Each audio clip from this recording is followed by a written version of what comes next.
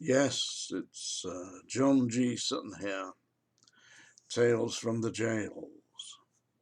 I want to talk today about crime scenes and what happens when you interfere with crime scenes. What happens to policemen in prison? Because that's what happens when policemen interfere with crime scenes. Tell you a little story here. I was represented by a senior solicitor in Lancashire. He was telling me a story about a friend that he had who was dealing with a case concerning a police constable who'd interfered with a scene, a murder scene.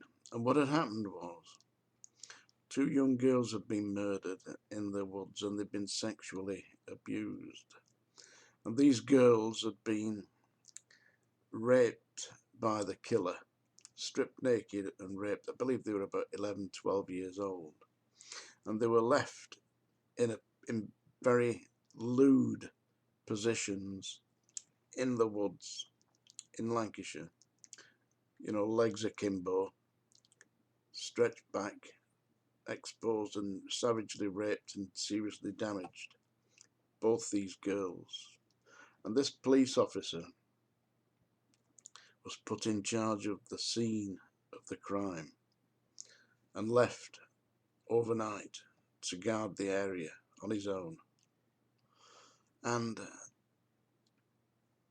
he didn't interfere with the bodies, he didn't photograph the bodies, but because of the nature of the way that they'd been left,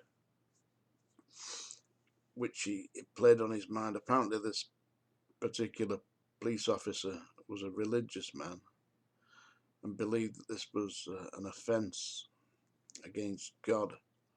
And what he did was, he couldn't, he was on his own in the middle of these woods, in the middle of nowhere, and he rearranged the bodies. He put the legs down and covered them up. And he was disciplined for that. But it was explained to his senior. He didn't go to trial. He wasn't dismissed the service, but he was disciplined for this. And it was explained, you know, that the senior officers should not have left him or anybody else, any single officer, on their own in the middle of such a place, miles from anywhere. You know, because it just it destroyed him emotionally. That was an understandable, an almost understandable, because you've got to do your duty. I mean, I've been a prison officer, and dealing with dead bodies is part of your job. You've got to do it, and you've not got to be emotionally involved. You've got to be absolutely cool. That's why you find that people who are in positions like that have got a certain, what they call, and I've mentioned this before, gallows humour. You know, you have a strange sense of humour. You know, like, so if you're in charge of a dead body, you know, you would say, well, yeah, I'll have a cup of tea, but he's not having any today. You know, just something innocent like that, just to take the pain, the emotional pain, because prison officers, police officers, it's just you and me in uniform, you know. That's who it is. But anyway, let me get on to the other story today, which is in the newspapers, by the way. You have a look. Two police officers from London, the Met.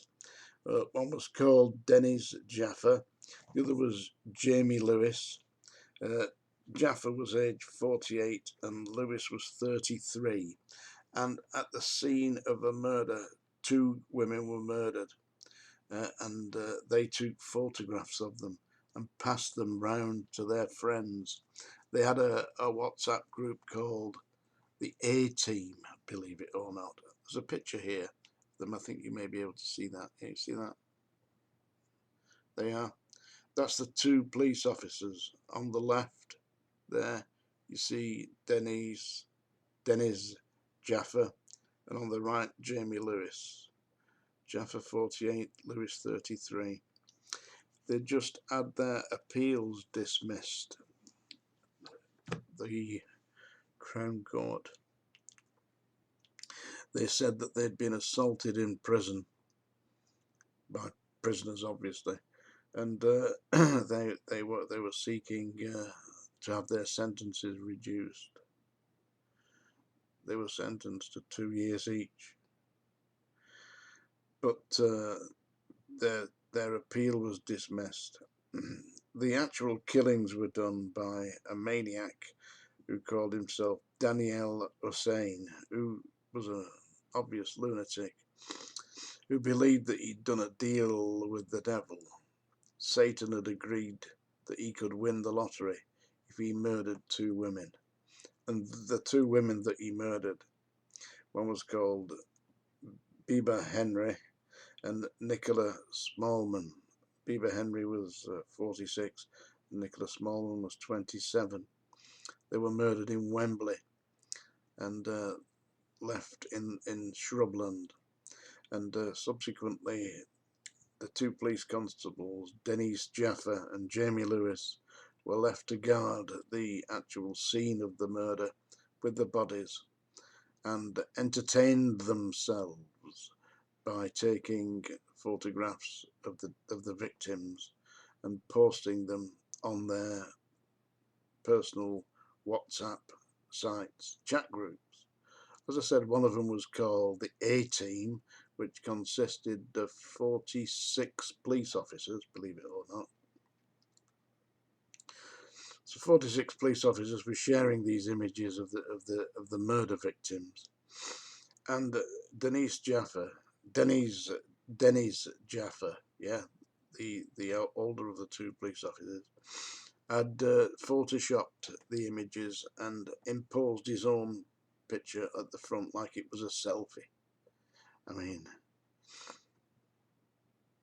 what was all that about? These poor innocent women murdered, left dead, abused and stabbed to death in the woodlands in Wembley, only for 2 police officers to entertain themselves taking their photograph, and they got imprisoned, rightly imprisoned in my personal perspective.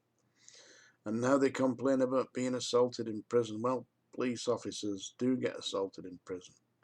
So do prison officers if they're incarcerated. Because basically, you're up against the criminal elements. And the people are there who are lifetime villains. That's what they do. They're criminals. And if they come across the enemy, which they view the police and the prison service as the enemy, and they're in a vulnerable position, they will attack. So if you're a police officer in prison, get yourself on what's known as protection. When I was there, it was Rule 43, and you were segregated from the rest of the prison.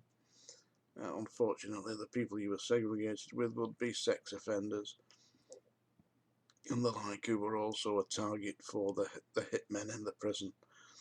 The big guys who thought they were administering instant vigilante justice. Well, what happened to those 2 police constables were they had their appeals rejected. They only do 12 months apiece because they were sentenced to 2 years.